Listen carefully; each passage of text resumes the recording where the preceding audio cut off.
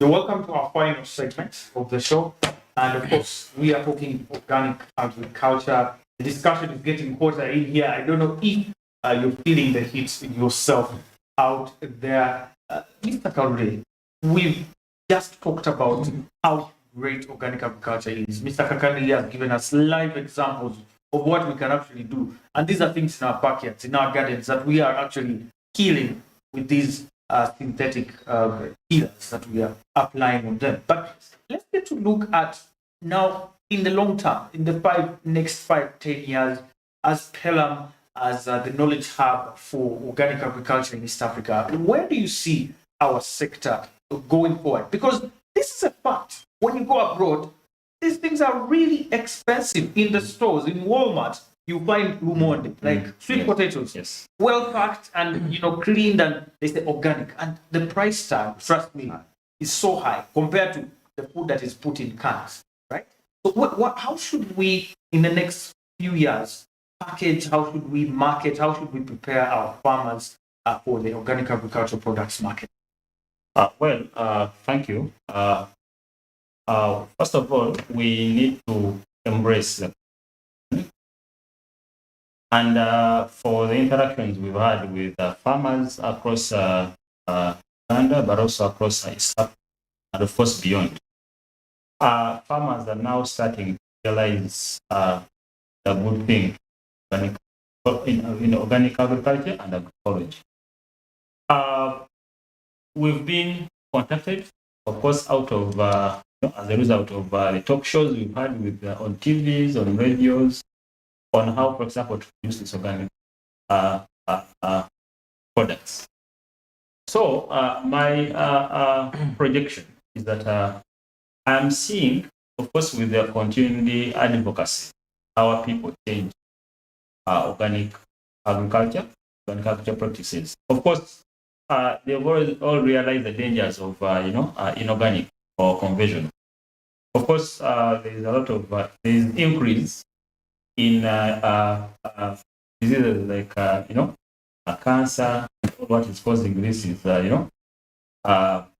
what we eat and what we take in terms of food. So for what I've seen, I'm seeing the fact that even our topic here is saying the youth. Why the youth? Because we believe by nature, of course, they have much years to stay. And they're even more in number. Of course, of course, they're more in number. And by that approach, we are seeing the world converted organic. Of course, with the benefits, and the benefits are seen by even a blind person.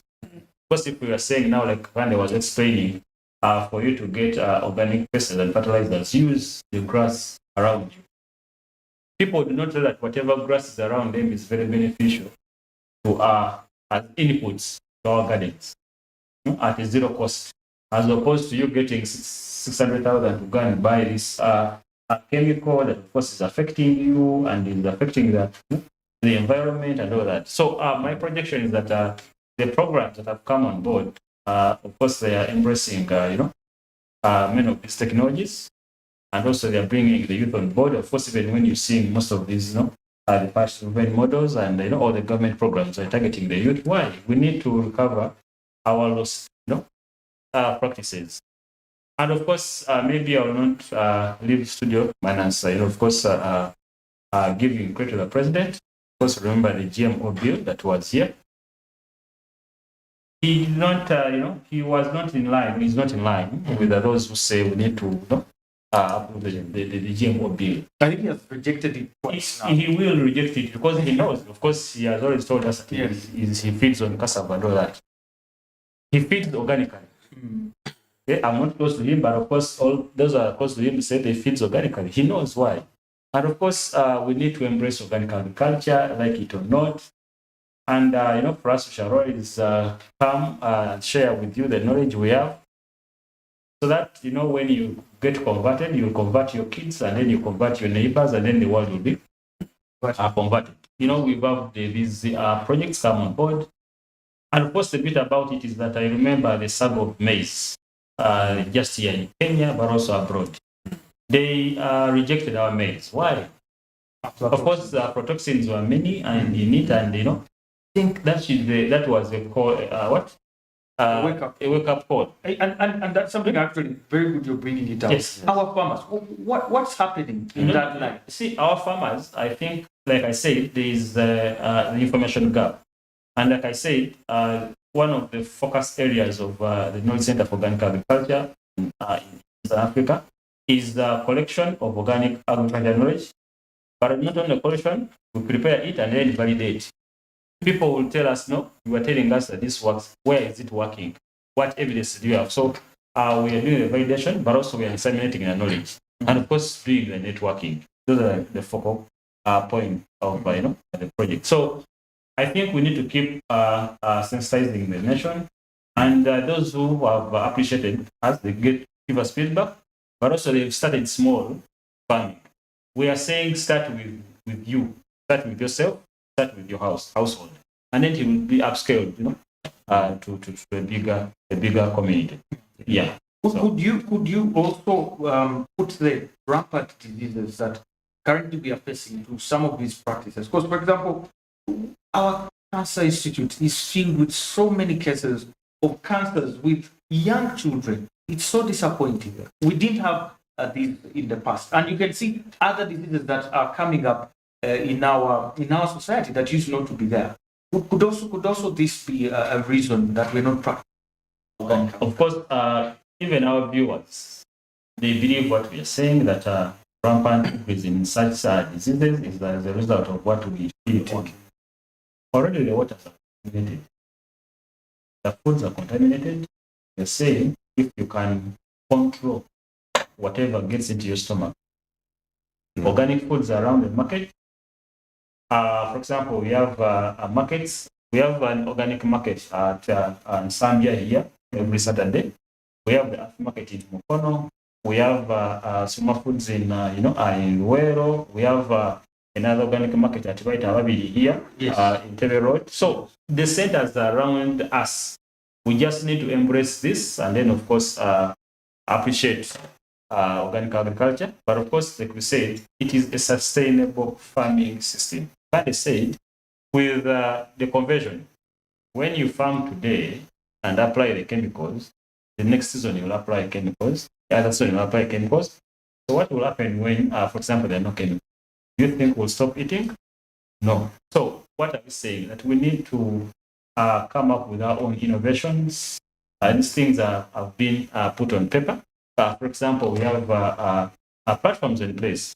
We have, for example, Infinite Biovision that has this information. There is Access Agriculture.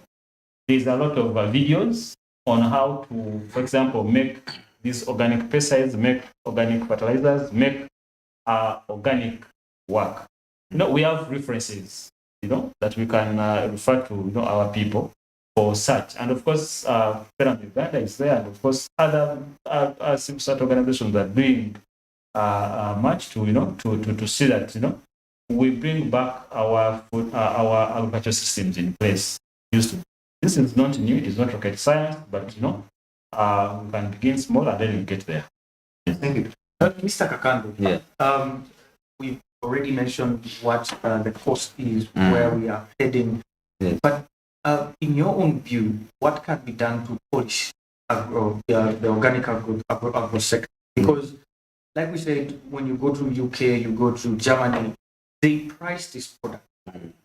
Yet our farmers here don't have. Probably there are some that are practicing this, but haven't yet reaped from their sweat and hard work. Like you say, this takes time. It takes a lot of input. Takes a lot of knowledge and research. But how can farmers reap from organic agriculture? Yeah. Now, Anthony, the beauty is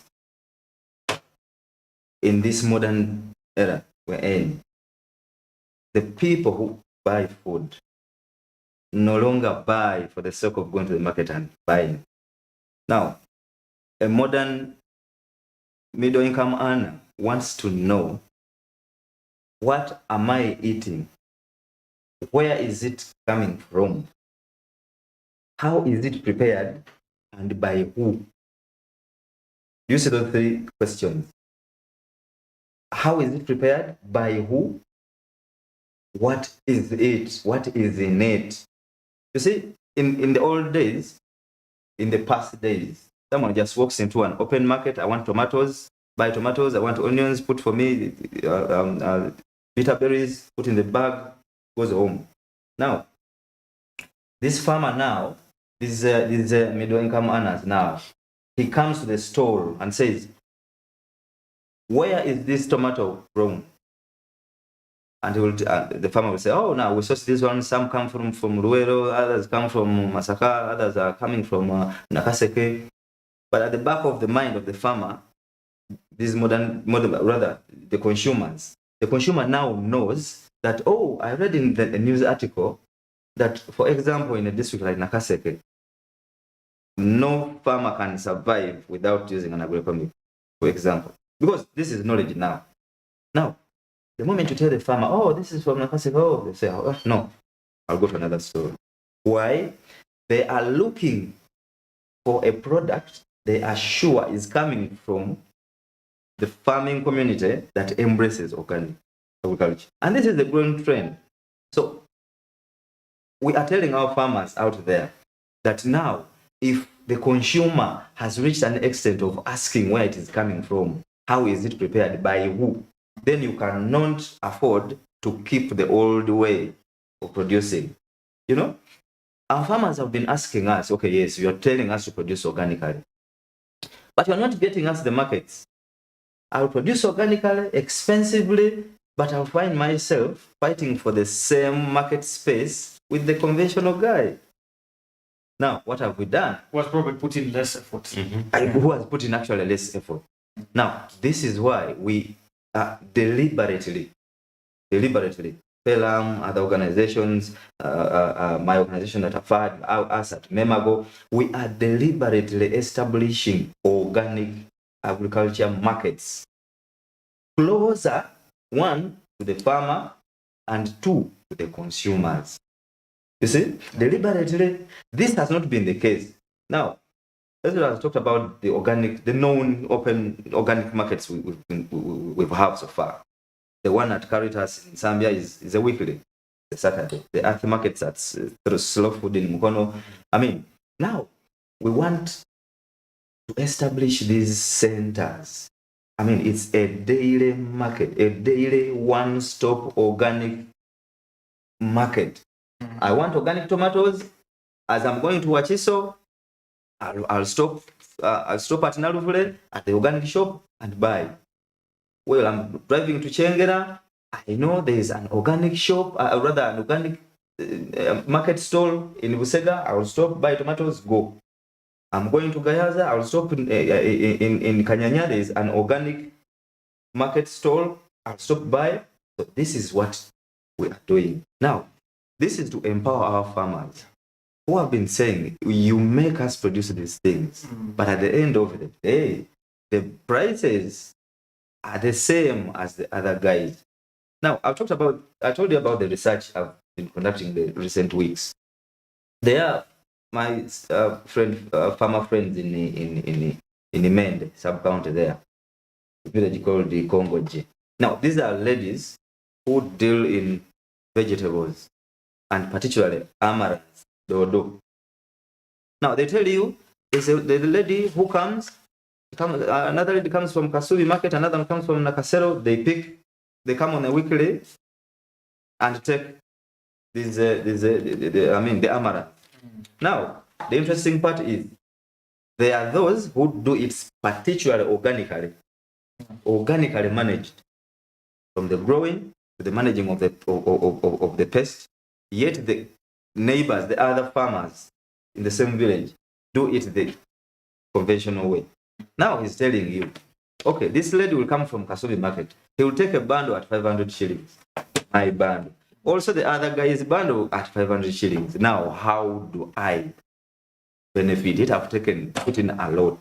Now, this is why we are coming in deliberate to establish centers. Now, groups, organizations like MEMA, we are building farmer networks deliberately, because we are running under, I told you about the PGS system, participatory guarantee system. we want to establish this organic market, and the buyer will be sure that what is taken there is really organic, because we run on a systematic participatory guarantee system. That is level 1 for the lower farmers. After that, we go to get certification from UGOSAT, Uganda Organic Certification. And then later, Uganda National Bureau of Standards comes in to certify. But at this small farmer level, PGS, we are embracing PGS to help us boost the morale of our farmers. Yes, let's put up these markets. If the farmer will know it is organically produced, and we shall explain the process as the farmer gets to the store. I had to be one instance where they actually had an innovation when I hosted Hajaga here. Yes. It was some device that they had actually formed where you can tell an organic product. Exactly. Yeah. There's that innovation from Akere, the Keveda, you know? Yes. I mean, you just put in a product and it will tell you that they are in the residues. So now that is the innovation around the organic for the good of the farmer and the consumer.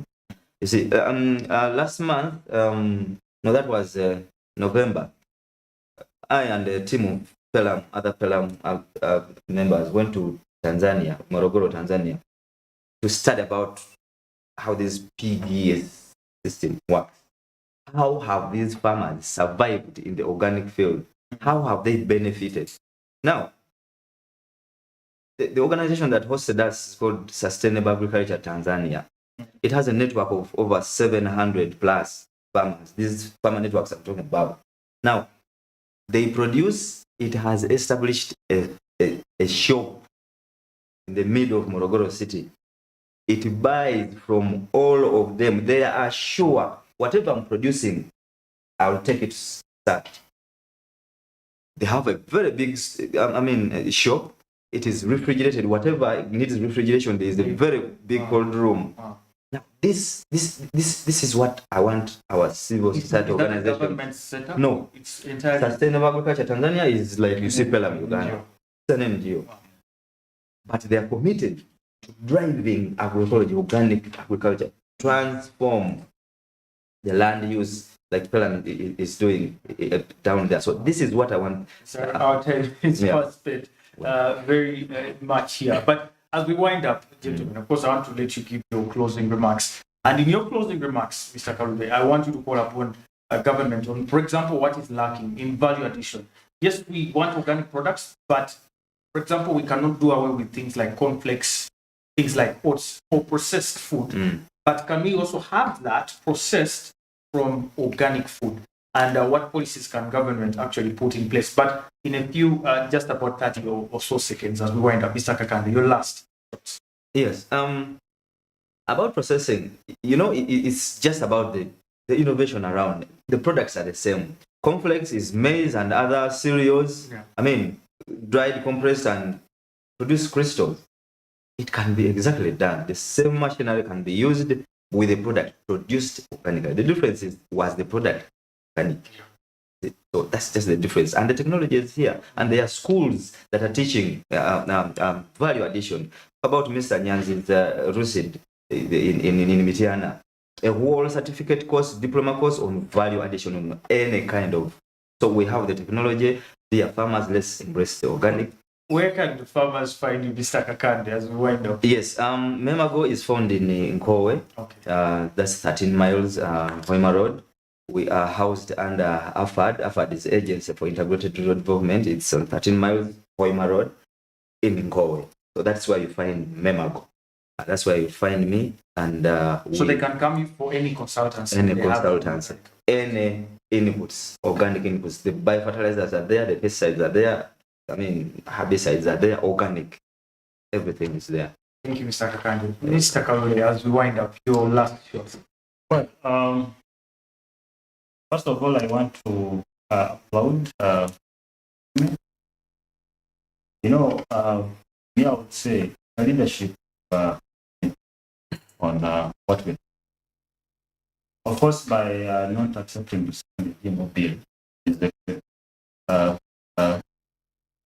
score to us.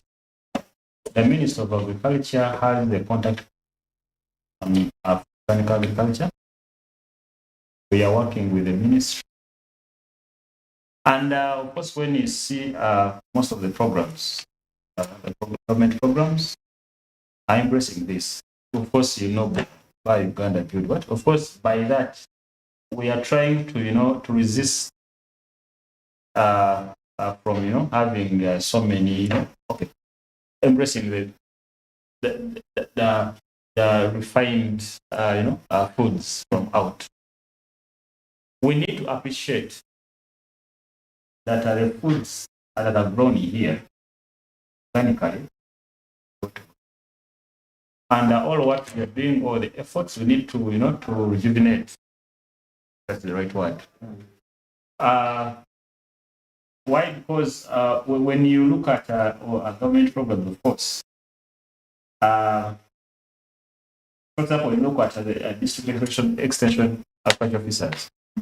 Many of them are working with them in the sector of organic agriculture. And my last words, maybe to the viewers and the general public, is by story, let's embrace